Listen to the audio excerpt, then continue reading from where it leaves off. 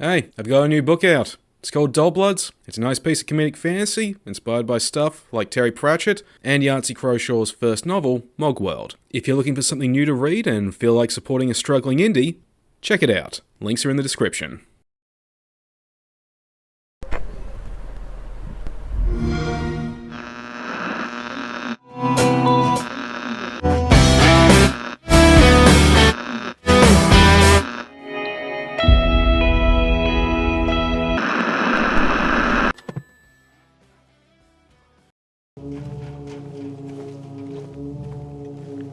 I've said it before, so I'll say it again. Silent Hill 2 has always been one of those games for me. The kind that you know of, hear nothing but good things about, yet for one reason or another, you just never got the chance to play. Then I found the Enhanced Edition mod last year, I finally got to experience the trauma and the symbolism of James Sunderland's story through the fog, and loved every second of it.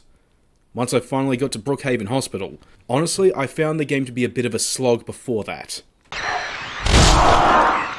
Now we have the remake by Bloober Team. To say this had a lot working against it would be putting it lightly. Personally, I do like Bloober's prior work, but I won't deny each of their games suffers from some distinct flaw. Layers of Fear, for instance, was just a bog-standard walking sim, and its sequel was too up its arse with spectacle. Blair Witch's creative ideas required players to ignore basic gaming instinct in order to get the good ending. Then there's The Medium, which set itself up as a retro-inspired horror game when it was in fact an adventure game with a story that was more supernatural mystery than horror. It wasn't a bad game and the story was quite good. It was just an unfortunate case of misleading advertising. All of this has led to Bloober having an exaggerated reputation for making slop horror. So when the rumour that they were remaking Silent Hill 2 was confirmed, to say you could hear people pissing and moaning would be an understatement. Yet those very same people have gone quiet for good reason. Because Bloober Team pulled it off! Against all the odds, this remake manages to take the original's experience and filter it through modern design without sacrificing what made it special to begin with. Yes, there are some hiccups, but the bad is vastly outweighed by the good, and showcases a great deal of love and devotion for one of the most respected stories in horror.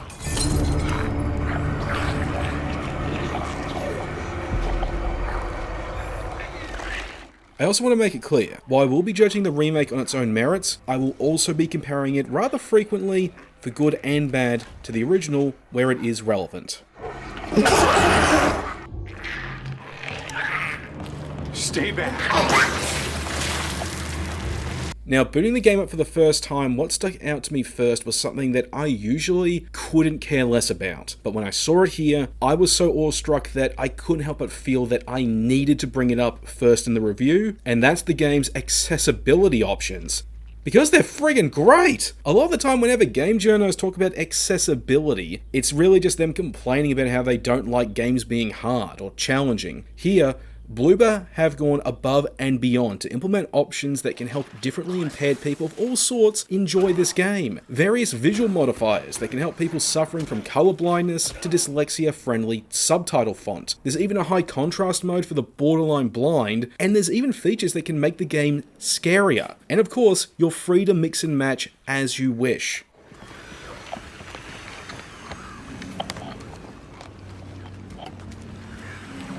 I found the remake most enjoyable with the aiming reticule and health indicator options turned off. Turning these off ups the fear factor by adding a level of uncertainty to the shooting, which feels fitting for James and his background as a clerk rather than a trained soldier, and forcing the player to rely on reading James' animations and the color of the inventory to get a read on his status. There's some other stuff too, like turning off ammo and healing item counters and other changes to the presentation, but if I went into all of them then this segment would go on for far too long. The fact alone that Bloober went out of their way to be this extensive with something that few even bother to really think about and execute it so effectively really is praiseworthy in of itself.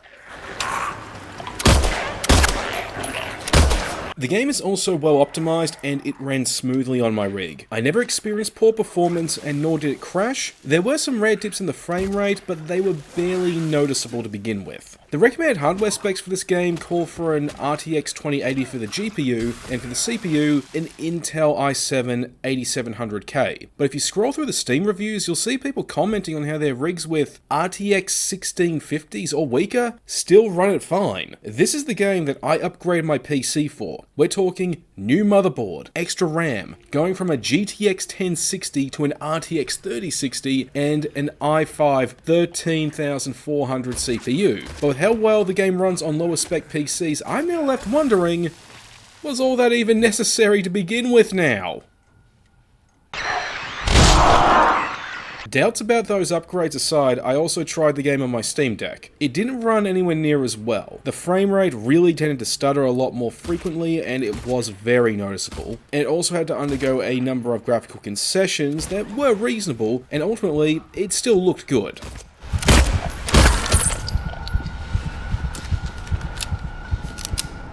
The sound design is also masterfully done and can really let the game get under your skin. I only played it once with headphones and it made the game so intense that I had to take them off because it just became too much for me. This is something that very rarely happens when I play horror games. Like, there are very few that I can safely say did legitimately scare me, and even fewer that did that with just the sound alone. Akira Yamaoka came back to redo the soundtrack. It's the same score, but it's got a fresh coat of paint whose subtlety varies from song to song. But even so, the changes overall are a case of where it's the most eagle-eared listeners that can tell the difference. It's always great when a creator goes back and revises their old work. They can still tell what worked and what didn't, and won't go kill crazy with a chainsaw changing everything up. A song I enjoyed back in high school by Dragon Force was Disciples of Babylon. It had this really great acoustic solo, but when they later remixed it, they made the really dumb decision to just drown it out with keyboard.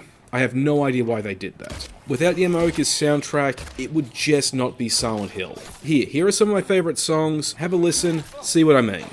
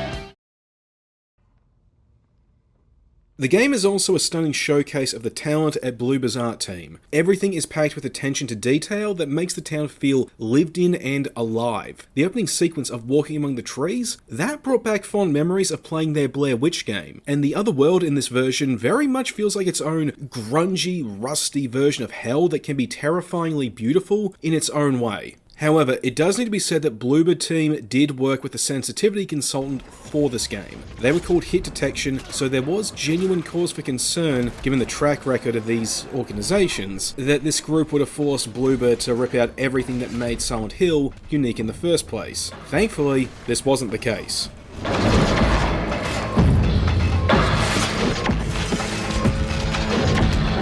Considering how true to the spirit of the original and its story this remake is, it is safe to say that Bloober was putting fan feedback above hit detections, especially when you consider the very noticeable improvement in quality as the preview footage was shown in the lead up to release. However, that doesn't mean hit detection didn't get their influence in somewhere. The funny thing is, it seems like the character Angela was a quarantine for it. It's her character model. It just doesn't look right compared to the others. It's hard to pinpoint the blame to one specific thing. It's more multiple small things piling on top of each other and making her just not look right. James, Maria, Laura, and Eddie all look fine and on point with their original designs, but Angela, her proportions just look off. But her character is still well realised, so at least she wasn't ruined in a significant way. And it looks like any potential sweet baby-esque stupidity was either quarantined or tossed out. There's a scene where Maria finds her classic outfit and asks James if he'd prefer her in it, setting up another one of those disrespectful Suicide Squad or DMC style scenes of shitting on a classic design. But then it doesn't happen. He just gives a tepid response that's in character, she puts it away, and that's it. Instead of being something to put down fans of the original, it's just a brief moment of character-driven banter that adds to the story and works for these characters. Hey, you think I'd look good in this one?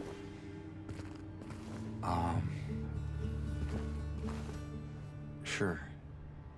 Not quite the ringing endorsement, but hey, I'll take it.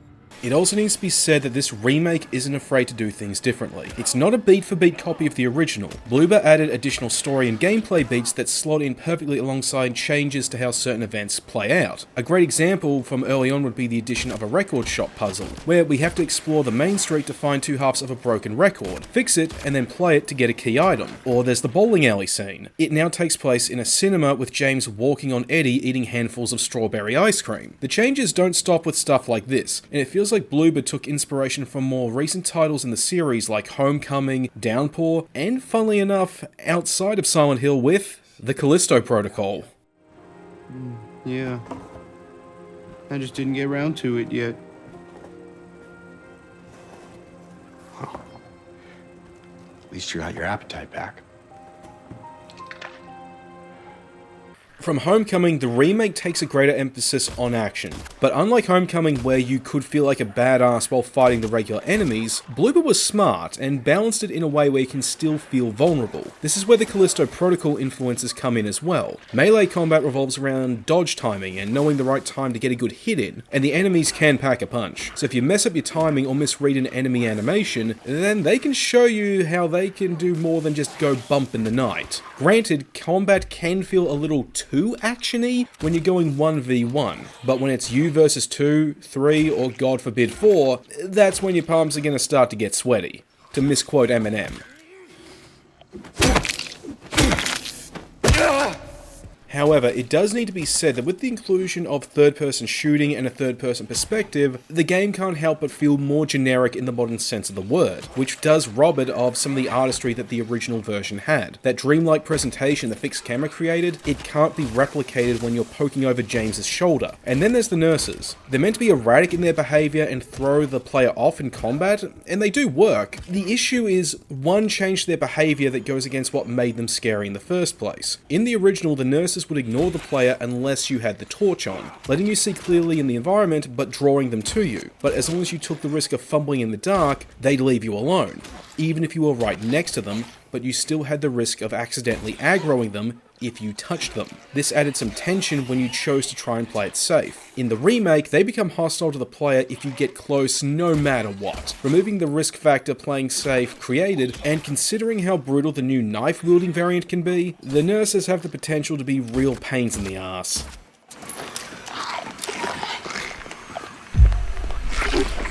Now, from Downpour, the remake brought back the open world exploration. Yes, this is still a linear game, but you're free to explore and backtrack across the town in the quieter moments of the story. I already mentioned that Bloober added new puzzles, but they also added incentives to explore, since there's additional text notes and flavor text hidden off the beaten path that add a lot more lore to the story. There's also extra recovery items that you can find. And these optional areas, they aren't half-assed. They're just as packed with detail as the locales you need to go to, and further drive home Bloober's love and respect for the original. Hell, they even recreated the bowling alley. You never need to go there, and the scene from the original, as I said before, takes place in a completely different building, but you can still check it out if you want to, just for the sake of it, and that's awesome. The enemy roster has also been given a pretty big shakeup. I already touched on the nurses, but they're not the only ones to get a few changes. The lying figures, they now actively hunt down the player. The mannequins will try to hide and ambush the player, and every enemy also has a unique variant that has behaviour that's different and stops things from getting stale. The boss fights have also been shaken up too, and offer their own challenges that are in spirit with what you'd want. But rather than ramble on about them, I'll let this footage of the flesh lip prove my point.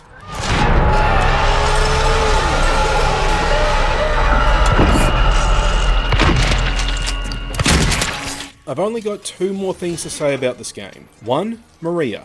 Her character is more fleshed out thanks to the extra screen time the game gives her. Ultimately, this makes her a more compelling, yet tragic character when you consider both her fate in just about any of the endings, as well as the nature of her existence. Two, the cinematics are rendered in real time, which means the modding scene for this game is going to be lit. There's already mods that turn James into characters like Art the Clown, Leon Kennedy, Heather Mason, and even Master Chief. Just wait till we get things like nudity, fixed camera, and anime girl mods. Sales for this game are going to go through another roof.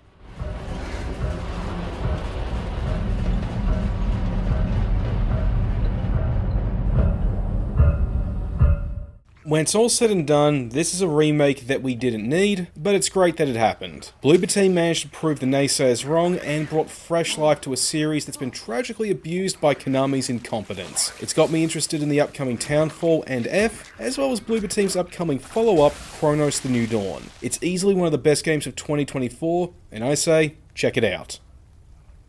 On a side note, if this does lead to Konami doing more remakes of the earlier games, regardless of who makes them, then I have to say, out of all the Silent Hills, Origins is the one I find to be in most need of a remake. Its story has a lot of potential, but is in really dire need of some tightening up, and the dual world mechanic has potential that can be built upon, as Bloober's earlier game The Medium has shown.